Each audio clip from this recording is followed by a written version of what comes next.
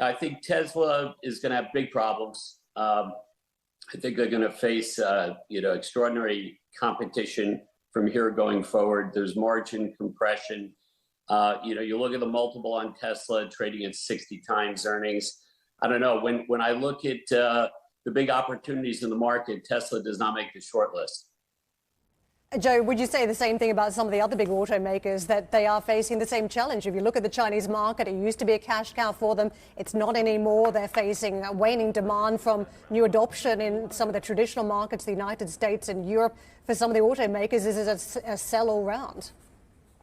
Yeah, I think that's right.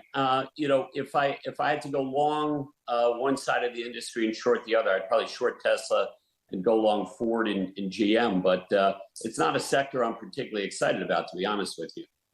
I'm with you. I've been looking at the auto sector my entire career, and for a large portion of that, it has traded at low single-digit price earnings, and to which people have said to me, look at the value. Look at GM trade on 5 times. Look at Volkswagen trading on 3 times. I'm like, yeah, where do you think it's going? Anyway, Joe, look, we better move back on to what we booked you on for as well. Huge week of US jobs data as well.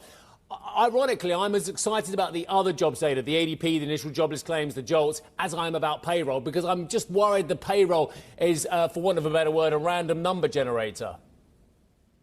Yeah, I think you're right. But, look, the bottom line is that the Fed is in a position where they, in my view, have no choice but to lower rates come to the 17th or 18th of September. They only get one other chance, no other chances prior to the November 5th election. So this is their last chance to move on rates. So I think it's inevitable that we see a move. We're just debating whether it's a quarter point or a half point. I personally think it's going to be a quarter point. Looking out at the 2-year forward curve on SOFR, I think it's way too aggressive. I'm very concerned about inflation longer term, but if the question is what's going to happen in the short term, I think it's inevitable we see a quarter point rate cut come the next Federal Open Markets Committee meeting. Joe, can we get to how safe these markets are and whether you want to stay invested, even if we are going into a cutting cycle? Because it felt as though everyone rushed out of the water with the market event a couple of weeks ago. They had a quick look to see if they could see any sharks in there. They couldn't see anything, hopped back in. Now everybody's suddenly bullish on the stock market again. Yeah, it's very interesting. You had certainly there was understandable bullishness when it looked like former President Trump was almost a shoo-in, after the attempted assassination and prior to President Biden stepping aside. But now it's a coin toss, and it's going to be really a tale of two cities come election day.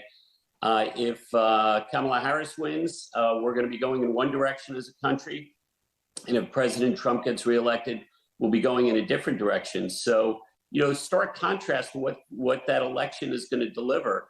And so I think, I think a lot of people, including myself, are going to sort of take a pause. I'm not very bullish on the market between now and November, particularly as Kamala Harris's poll numbers continue to go up relative to former President Trump.